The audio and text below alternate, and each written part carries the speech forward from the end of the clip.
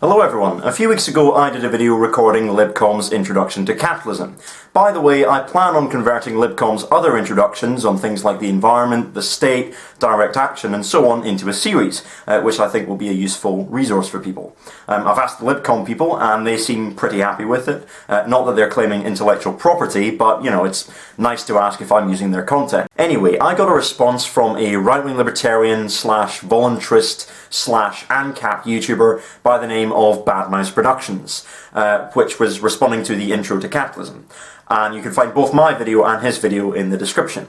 Now, I wouldn't want to attack this guy as an individual. He seems like a very nice, likeable guy with a very friendly demeanour. I just disagree with a lot of the arguments that he made in his video. So, without further ado, here's my response.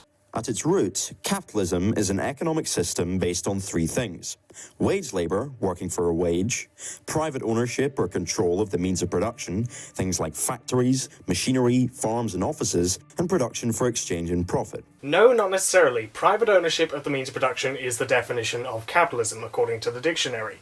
Wage labour might be part of it today in some areas, but it's not an intrinsic part of capitalism as a whole. Okay, here you're appealing to the dictionary, which is a logical fallacy. Just because the dictionary definition of X doesn't mention Y, that doesn't mean that Y can't be a part of X. Dictionaries themselves don't reason, they just reflect what the authors thought a word meant at a specific point in time and in a particularly concise way.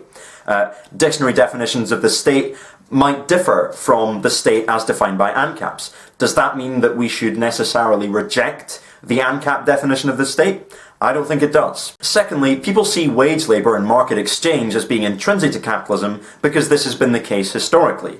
Our definitions of what capitalism is and isn't ought to be rooted in history, otherwise it doesn't actually apply to what we're trying to talk about, namely the economic system that emerged after feudalism that we're currently living under. There are many ways of making money without having a boss. One of those is self-employment, which I would argue would dramatically increase if we got rid of things like taxes and regulations. Now, this is a perfect way of how you can sell people stuff without needing to go through a whole boss and a whole corporation and complex. You just sell them, you know, when you get them through your own personal private market. Okay, there are a few problems I have with this. First of all, you claim that self-employment would dramatically increase if we got rid of things like taxes and regulations.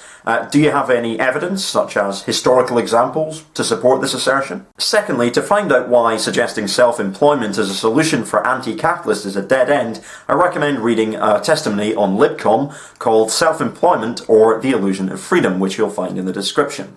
We don't just want autonomy of the individual, we want collective, democratic self-management of workplaces and communities, and capitalism just doesn't offer that. Yeah, it's a bit of a myth that capitalism leads to sucking up all the resources and destroying the environment. When a resource is scarce, and you can watch the Learn Liberty video on this, when a resource is scarce, we either do one of two things. We find ways of getting more of that resource, or we find a different resource to use. How does that refute the notion that capitalism depletes resources? If you've used a resource to exhaustion, then the environment's already fucked. That's the whole point.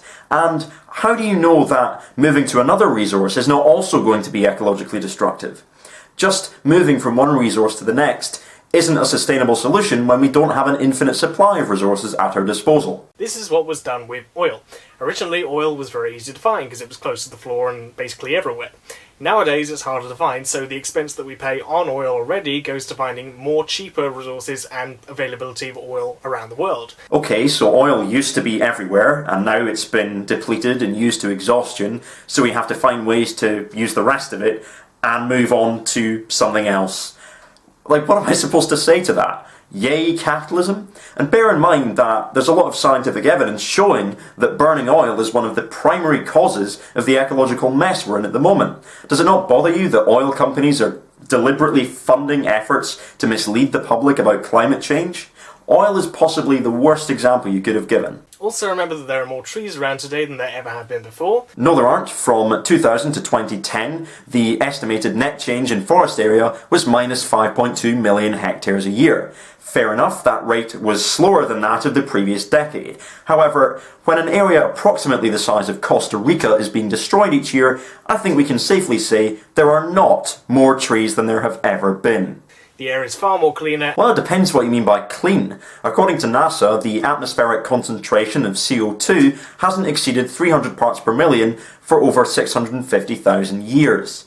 However, now we've exceeded 400 parts per million, and scientific evidence shows that this is driving climate change, as we, as a species, through our worship of consumerism, collectively commit mass suicide. And the water is purer. Again, depends what you mean by pure. Oceans are becoming increasingly acidic as a result of high concentrations of CO2 in the atmosphere, and this is having consequences for the survival of marine life. The real idea is that workers are paid however much as their market wage. Now, if you don't like companies that pay workers so little, then I recommend you don't buy from those companies in the first place. This is missing the point. The argument isn't that some companies pay wages that are too low and we'd rather they pay fair wages. The argument is that there's no such thing as a fair wage because the premise of the wages system itself is inherently unfair. In order for bosses to make a profit, workers have to create more value than is necessary to keep them going. And this chunk of extra value is absorbed by the bosses as profit or surplus value rather than being given back to the workers who actually created it in the first place. So, irrespective of what company you buy from, exploitation will continue, just to differing extents. Secondly, there are many reasons why supposedly ethical consumerism isn't really workable in practice. To demonstrate why I think this is the case, I'd like to use a clip of none other than Milton Friedman. The wood from which it's made, for all I know, comes from a tree that was cut down in the state of Washington. To cut down that tree, it took a saw. To make the saw, it took steel. To make the steel, it took iron ore. This black center, we call it lead, but it's really graphite, compressed graphite. I'm not sure where it comes from, but I think it comes from some mines in South America. This red top up here, the eraser, bit of rubber, probably comes from Malaya, where the rubber tree isn't even native. It was imported from South America by some businessmen with the help of the British government. This brass ferrule, I haven't the slightest idea where it came from, or the yellow paint, or the paint that made the black lines, or the glue that holds it together. Literally thousands of people cooperated to make this pencil. Now, when you think about the fact that so many different companies are involved in the manufacture of just one pencil, and then you consider the fact that there are thousands of different commodities that we all rely on in order to satisfy our needs, when you say, oh, just don't buy from the companies that pay their workers so little, you're asking people to process a massive amount of information if what Milton Friedman's saying is correct. Also, if a company's ruthlessly exploiting its workforce, it's not going to want the public to know about it. So not only do consumers have to process a massive amount of information, but also it's information that is particularly difficult to obtain. So just to find out what companies are paying what, it requires that the average person takes a massive amount of time out of their lives when they might have a job to be getting on with, they might have friends, they'll have relationships, they want time to relax, etc. Secondly, even if they somehow manage to go against all sorts of pressures and finally found out what companies are paying what, they have another hurdle to jump. And that is, do they have enough money to actually act on this information and buy from the companies that are paying better wages? And often this isn't the case. So this is why I don't judge anybody, even though I'm an anti-capitalist, for buying from unethical companies. Because realistically, nobody has the time or the money to actually make these kinds of decisions. Even middle-class white liberals with their special little ethical consumer magazines that make them feel like they're a good person. It has been brought to my attention that Jasmine's Lemonade Parade has been using child labor. Obviously, this comes as a great surprise to me. So I present to you Once-Ler's cruelty-free lemonade. It's lemonade, but without the biting sting of injustice. Its lack of cruelty makes it look delicious. And I know it's cruelty-free because he said so. And it's on the label.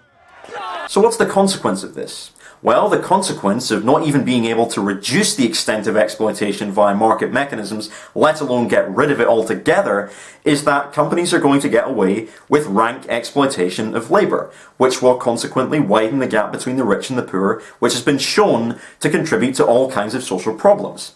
Now, there is a way to bypass all of this hassle, and that is by taking the means of production under workers' control. Everybody has to work and use their body in the first place, so why is it that when you use your body for someone else, then that means that they are I don't know, you're having to sell yourself to them. The concern isn't about working to provide for other people. It's about whether the conditions in which we work are a domain of freedom. In a socialist system, you still use your body to provide for other people, namely the community, but we don't object to this since it's done on an egalitarian basis, unlike capitalism. This difference between the wages we're paid and the value we create is called surplus value. The extraction of surplus value by employers is the reason we view capitalism as a system based on exploitation, the exploitation of the working class. The surplus value is used to further the productivity of the company and to keep it alive. Three things. First of all, when you say, oh, well, the surplus value is used to do this, you don't seem to be denying that the extraction of surplus value from workers is how companies make a profit, which surprises me because most ANCAPs will deny that this is the case. Second, if the theory of surplus value is correct, then it follows that workers are performing a chunk of unpaid labour in order to enrich their bosses. Don't you think there's anything morally questionable about that on the part of the bosses? Third, socialists know that companies have to extract surplus value from workers in order to effectively compete and survive in the market. However, to say that market competition justifies the extraction of surplus value is to use the conditions of capitalism to justify capitalism, which is circular reasoning. If you don't want that, then go freelance and earn 100% of your labour. It's still using capitalism. You can't just go around changing words and saying, well, actually capitalism means this and this and this. No, capitalism means this, not this. Socialists argue that if you have private ownership of the means of production, market exchange of goods and services for profit, and wage labour, then it will follow that capitalists will extract surplus value from workers in order to make a profit and survive in the marketplace. That's the argument. Where's the inconsistency? This process is essentially the same for all wage labour, not just that in private companies.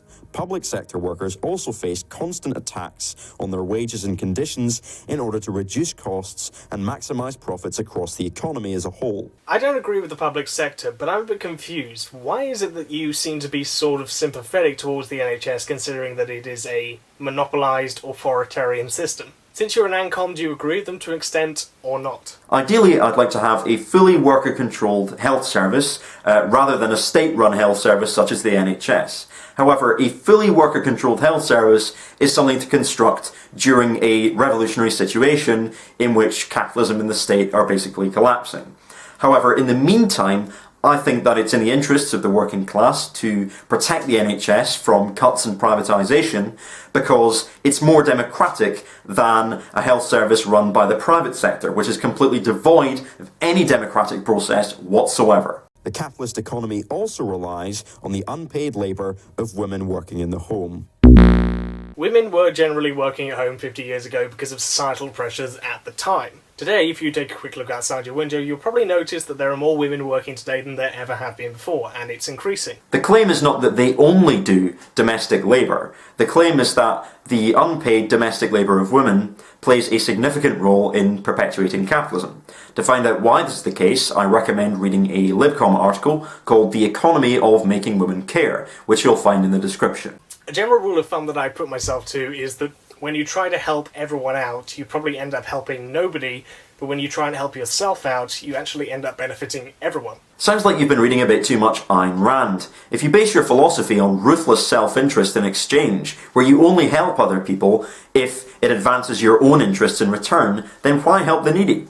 If you're only going to help other people if it benefits you, then what would be the point in helping someone who's incapable of helping you in return? Also, I don't think that this idea of mindless, absolute self-interest has anything to do with how human beings actually behave in the real world. I recommend reading David Graeber's treatise on the moral grounds of economic relations, In Debt the First 5,000 Years, for some interesting arguments on this subject. If a manufacturer develops new technology for making cars which doubles productivity, it can lay off half its workers, increase its profits, and reduce the price of its cars in order to undercut its competition. If another company wants to be nice to its employees and not sack people, eventually it will be driven out of business or taken over by its more ruthless competitor. So it will also have to bring in the new machinery and make the layoffs to stay competitive. The logical line of this is that we should lay off all tractors and cranes and production lines and self-service tills because those things result in people getting laid off. Nope, that's not what I'm saying. That was simply an example of how bosses fail to act in the interest of the working class as a result of structural constraints. In my opinion, automation is a good thing when it serves people rather than profit. I think that we can and should be using automation to reduce the number of hours that we have to work and to give us more leisure time. For an interesting leftist perspective on automation, I recommend watching Aaron Bastani's video on Novara Media called Fully Automated Luxury Communism. The state. Voluntarists don't actually agree with the state, so I agree with you on basically everything apart from the last bit. Well, most of what I was saying there was about how the state aids the capitalist system by repressing the working class. Don't you think that if the capitalist system requires the state to repress popular movements, then being an anti-statist would also entail anti-capitalism? National and international laws protecting workers' rights and the environment exist. Generally, the strength and enforcement of these laws ebbs and flows in relation to the balance of power between employers and employees in any given time and place. For example, in France, where workers are more well-organised and militant, there is a maximum working week of 35 hours. In the UK, where workers are less militant, the maximum is 48 hours. If somebody wants to work 35 hours a week or longer, then why not just let them without calling it overtime? I don't enjoy using force to make people not do things that they don't want to do. But someone's decision to work long hours for a boss isn't voluntary in any meaningful sense when their choice is to either do that or face poverty and destitution. These striking workers don't want to work long hours, but they feel that they're being forced to because of their economic situation, and when they go on strike they get repressed by the police force. Now this is why I think ANCAP philosophy and so-called voluntarism is a dead end when it comes to actually creating a free society, because the only freedom that they really care about is the freedom to own private property, i.e. the means of production. And if you're in the majority of people who don't own private property, then you have the so-called freedom to voluntarily obey the people who do own the property. And irrespective of whether you're being ruthlessly exploited, there's no point at which it becomes immoral according to ANCAP ideology, because so long as it doesn't involve overt coercion, i.e. the use or threat of violence, then it's supposedly voluntary and everything's fine. This is ignoring the fact that, first of all, the use or threat of force isn't the only way to control people, and secondly, that the use and threat of violence is used by capitalists to exert authority over the workers, when those who get organised and go on strike occupy or take direct action in order to gain some semblance of control over their own lives, are met with police repression. Capitalism is presented as a natural system, formed a bit like mountains or land masses by forces beyond human control, that it is an economic system ultimately resulting from human nature. No, it's not, and people that say this have a misunderstanding about these terms. Capitalism has never been specifically described as being natural. Really? You've never heard people say that you can't have communism because of human nature, thus implying that the existing system is somehow natural?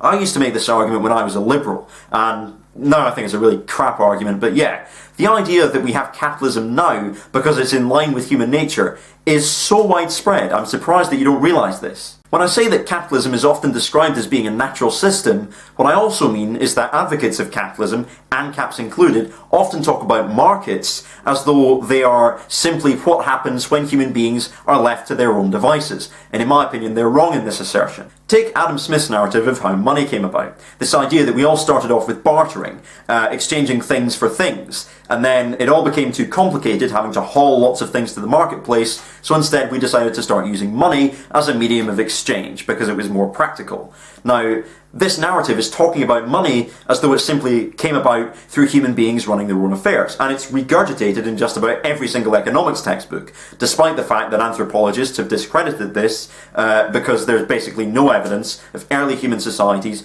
based on bartering, and David Graeber refutes this notion in Debt the First 5,000 Years. But it's been likened to and analogized to things like evolution. Michael Shermer did a great talk on this where he described evolution and marketplaces as bottom-up, zero control, if you're not fast enough then you'll be left behind systems. Firstly, capitalism is not a bottom-up system. Workplaces are run from the top down, often with multiple layers of bureaucracy with the explicit purpose of delivering profits to the owners. Workers have to follow instructions or be fired. That's not bottom-up, that's my way or the highway. Secondly, is it possible to liken the market system to evolution by natural selection? I think in some respects, yes. But is that a good thing? No. I agree with Richard Dawkins on this one. Evolution by natural selection is the explanation for why we exist. It is not something to guide our lives in our own society. If we were to be guided by the evolution principle, then we would be living in a kind of ultra-Thatcherite, Reaganite society. Study your Darwinism for two reasons, because it explains why you're here, and the second reason is study your Darwinism in order to learn what to avoid in setting up society. What we need is a truly anti-Darwinian society. Anti-Darwinian in the sense that we do not wish to live in a society where the weakest go to the wall, where the strongest suppress the weak, even kill the weak. I at least do not wish to live in that kind of society. I want to live in a sort of society where we take care of the sick, where we take care of the weak, take care of the oppressed, which is a very anti-Darwinian society. Social Darwinism really isn't a good thing. Not least because of its contempt for vulnerable people, disabled people, but also because of its historical association with racist, fascist politics, governments implementing policies intended to crush the weak, and citing social Darwinism as a justification. Now, I don't want to argue from guilt by association, but I do think that using Darwinism to inform social policy is a really risky road to go down. Just because evolution by natural selection occurs throughout nature, that doesn't mean that it's ethical. In fact, I would argue that it's unethical to use Darwinism as a basis for our society. However, it was not established by natural forces, but by intense and massive violence across the globe. First, in the advanced countries, enclosures drove self-sufficient peasants from communal land into the cities to work in factories. Any resistance was crushed. People who resisted the imposition of wage labour were subjected to vagabond laws and imprisonment, torture, deportation, or execution. You can't just say, back then people were forced to work in factories by the state, mind you, and then you go, well, I'm going to blame capitalism for that. Well, yes, I can, because, as I said earlier, our concepts of what capitalism is and isn't ought to be rooted in history.